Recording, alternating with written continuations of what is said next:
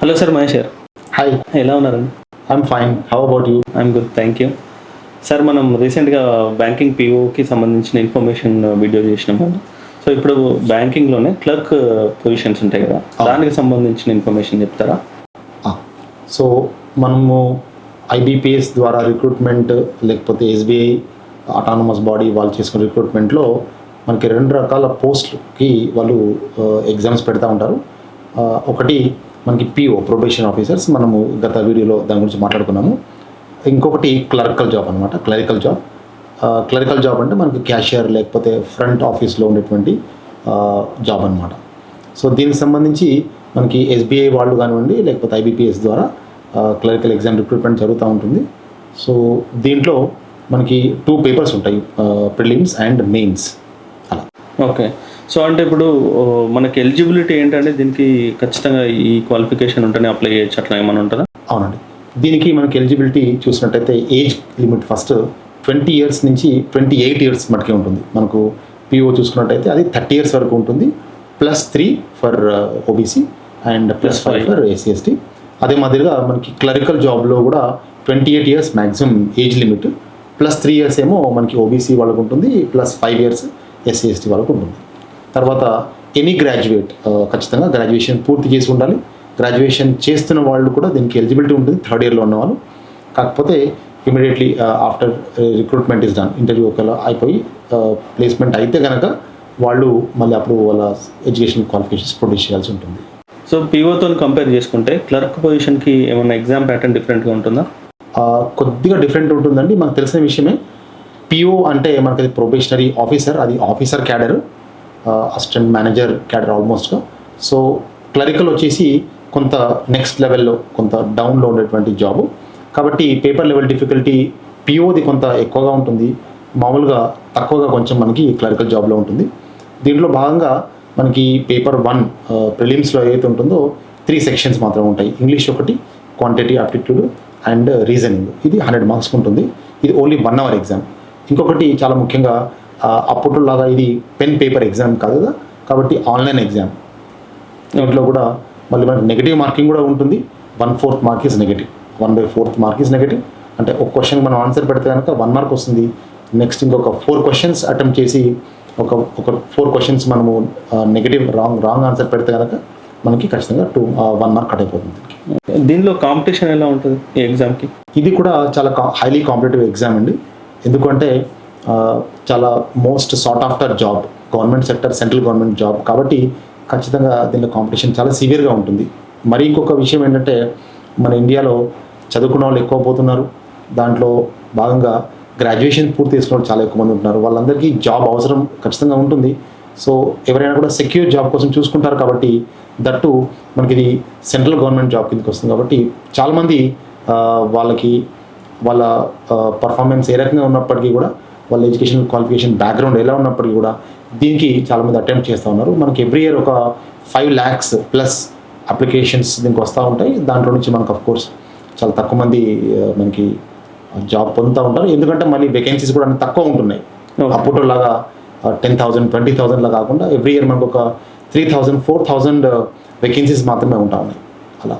So దీనికి కూడా ఖచ్చితంగా కోచింగ్ ఏమైనా అటెండ్ కావాలా, లేకపోతే డైరెక్ట్ వీళ్ళు ఇంట్లో ప్రిపేర్? వాస్తవానికి మనకి ప్రొబేషనరీ ఆఫీసర్స్ చూసుకున్నట్టయితే అది కొంత నెక్స్ట్ లెవెల్ ఎగ్జామ్ కాబట్టి ఖచ్చితంగా కోచింగ్ అవసరమే ఉంటుంది.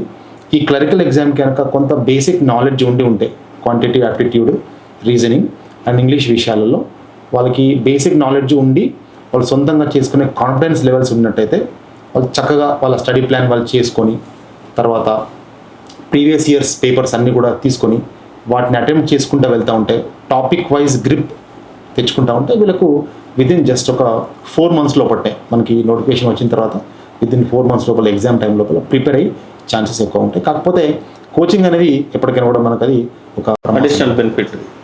సో ఇది ఖచ్చితంగా సింగిల్ అటెంప్ట్లో కొట్టే ఛాన్సెస్ ఎక్కువ ఉంటాయి. ఇది ఎక్కువ ఉంటుందండి. మనకి ప్రొబేషనరీ ఆఫీసర్స్తో కంపేర్ చేసుకుంటే ఇంకా మన క్లరికల్ జాబ్ అనేది కొంత లెవెల్ ఆఫ్ డిఫికల్టీ తక్కువ ఉంటుంది కాబట్టి ఖచ్చితంగా ఈజీగా క్రాక్ చేసే అవకాశం ఉంటుంది. సో దీనికి ఏమైనా ఇంటర్వ్యూ ప్రాసెస్ ఉంటుందా? ఆఫ్టర్ ఎగ్జామ్ క్వాలిఫై అయిన తర్వాత డైరెక్ట్ పోస్టింగ్ ఉంటుందా? లేదండి, మనకి ప్రొబేషనరీ ఆఫీసర్కి ఆఫీసర్ క్యాడర్ జాబ్ కాబట్టి ఇంటర్వ్యూ ఉంటుంది. బికాస్ మనకి రిటర్న్లో కాకుండా వాళ్ళు స్పోకెన్లో కూడా ఎలా ఉన్నారని చూసుకోవాల్సి ఉంటుంది. బికాజ్ ఆఫీసర్ అన్నప్పుడు మనకి వాళ్ళ లీడర్ అన్నమాట. వాళ్ళ కింద కొంతమంది ఎంప్లాయీస్ ఉంటారు, వాళ్ళందరినీ లీడ్ చేయాల్సిన బాధ్యత, రెస్పాన్సిబిలిటీ ఉంటుంది కాబట్టి దానికి అవసరం ఉంటుంది ఇంటర్వ్యూ కూడా. దీని క్లరికల్ జాబ్కి అంత ఇంటర్వ్యూ మనకి ఏమీ ఉండదు.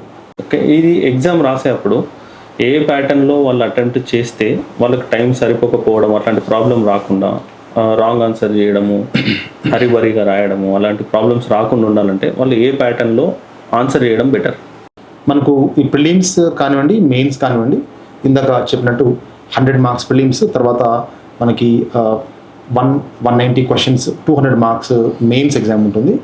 ఈ 100 క్వశ్చన్స్ ఏవైతే మనం 1 అవర్లో కంప్లీట్ చేయాలి. ఒకసారి మీరు గమనించండి, 1 అవర్ అంటే మనకు 60 మినిట్స్ మాత్రమే 100 క్వశ్చన్స్ మనం అటెంప్ట్ చేయాల్సి ఉంటుంది. అంటే దీంట్లో మనకు కావాల్సింది speed of solving the questions ఒకటి, తర్వాత అక్యురసీ కూడా మనకి ఇంపార్టెంట్. అంటే మనకి ఈ స్కిల్ రావాలి అంటే మనం ముందు చక్కగా బాగా ప్రిపేర్ అయి ఉండాలి.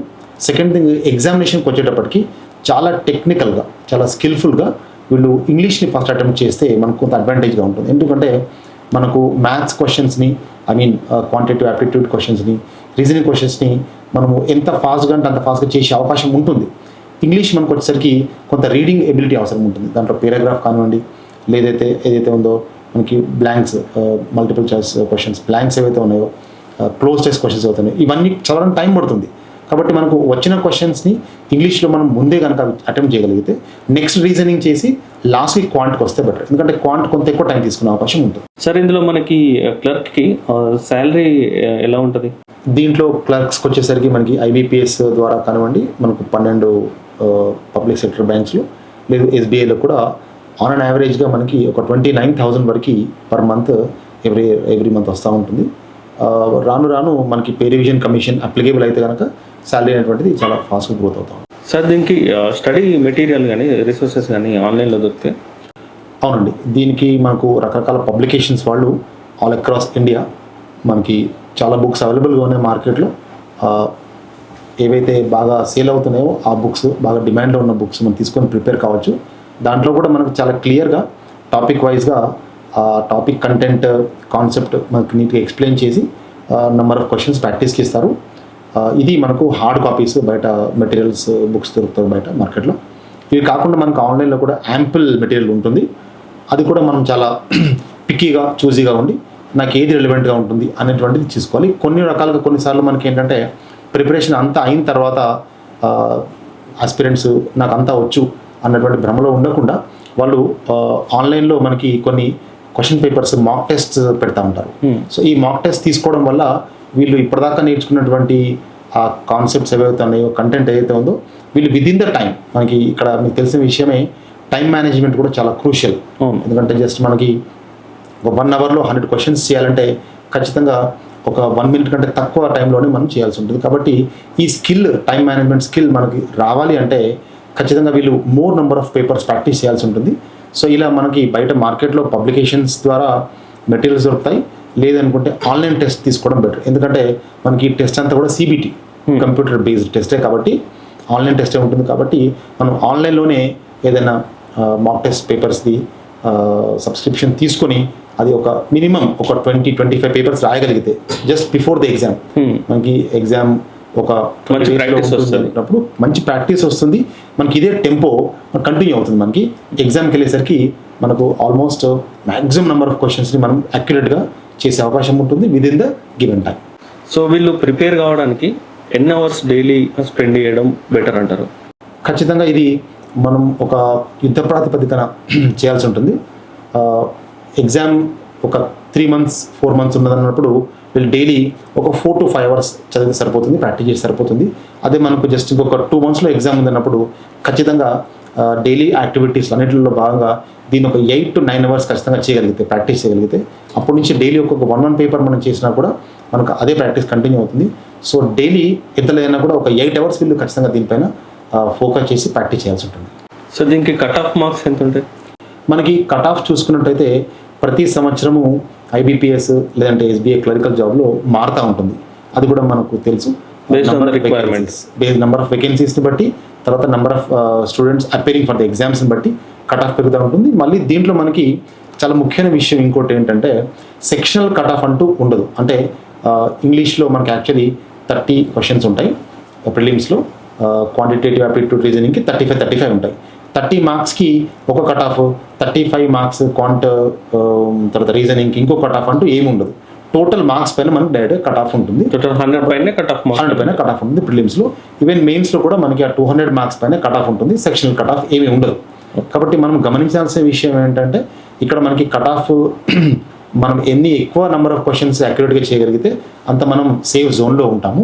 ఇంకొక ముఖ్య విషయం ఏంటంటే మనకి ఈ రిక్రూట్మెంట్ ఎప్పుడైతే నోటిఫికేషన్ వస్తుందో దాంట్లో నోటిఫికేషన్లోనే చాలా క్లియర్గా ఏ స్టేట్లో ఎన్ని వేకెన్సీస్ ఉన్నాయి అనేటువంటిది మనకు దాంట్లో స్టేట్ వైడ్గా ఇస్తారు. మనకి అన్ని నెంబర్ ఆఫ్ పోస్ట్కి రిక్రూట్మెంట్ వాళ్ళు ఇచ్చినప్పుడు దానికి అనుగుణంగా మరి మనము ఆ సేఫ్ జోన్లో ఉండాలనుకున్నప్పుడు సపోజ్ మనకు ఒక 400 పోస్ట్ మన స్టేట్లో ఉన్నాయనుకోండి, ఆ 400లో నేను ఉండాలి. కాబట్టి నేను ఎంత లెవెల్లో మార్క్స్ తెచ్చుకోవాలనేటువంటిది వీళ్ళు ముందే ప్లాన్ చేసి ప్రిపేర్ కావాల్సి ఉంటుంది. ఓకే. అండ్ దీనికి ఇంకా మనకి పోస్టింగ్ ఉంటుంది. పోస్టింగ్ ఎక్కడ వచ్చే ఛాన్స్ ఉంటుంది? ఖచ్చితంగా బిగినింగ్లో first 3-4 years within the state ఎవరైతే హోమ్ స్టేట్ ఉంటుందో అక్కడే ఇస్తారు, సేమ్ పిఓ లాగానే. తర్వాత మళ్ళీ వీళ్ళకి ప్రమోషన్ విత్ ట్రాన్స్ఫర్ వచ్చినప్పుడు కనుక ఖచ్చితంగా వేరే స్టేట్లో ఒక 5 ఇయర్స్ అన్నా వర్క్ చేసి మళ్ళీ బ్యాక్ హోమ్ రావాల్సి ఉంటుంది. ఇంకొక ముఖ్యమైన విషయం ఏంటంటే ఎవరికైనా కూడా ఒక 40 ఇయర్స్ దాటిన తర్వాత ఖచ్చితంగా మళ్ళీ వాళ్ళకి హోమ్ స్టేట్లోనే ఉంటుంది. 40 ఇయర్స్ దాటిన తర్వాత మళ్ళీ ట్రాన్స్ఫర్ వేరే స్టేట్కి ఉండే అవకాశం ఉండదు. ఇది మనకు విత్ ఇన్ ద స్టేట్ ఉంటుంది. ఖచ్చితంగా 40 ఇయర్స్ దాటిన తర్వాత మనకి within the state different సిటీస్కి మళ్ళీ ట్రాన్స్ఫర్ చేసే అవకాశం ఉంటుంది. కానీ స్టేట్ అయితే మార్చరు. ఓకే. ఇది మనకు రూల్స్, మనకి ఆర్బీఐ రూల్స్ ప్రకారంగా, ఐబీపీఎస్ రూల్స్ ప్రకారంగా ఉంటుంది. బిగినింగ్లో మనకి ఒక క్యాండిడేట్ ఎవరైనా 28 ఇయర్లోనే మనకి జాబ్ సంపాదించినట్లయితే, 20 ఇయర్స్లో జాబ్ సంపాదించినట్లయితే వాళ్ళకి అప్ టు 40 ఇయర్స్ వాళ్ళు with in the state work చేస్తారు. ఒక 5 ఇయర్స్ వేరే స్టేట్లో వెళ్ళొస్తారు. ఇప్పుడు వాళ్ళకి ఎప్పుడైతే 40 ఇయర్స్ ఏజ్ వస్తుందో అప్పుడు వాళ్ళకి మళ్ళీ వాళ్ళ హోమ్ స్టేట్లోకి పంపించేస్తారు. So thank you sir, thank you very much. చాలా వాల్యుబుల్ ఇన్ఫర్మేషన్ ఇచ్చారు. Thank you so much.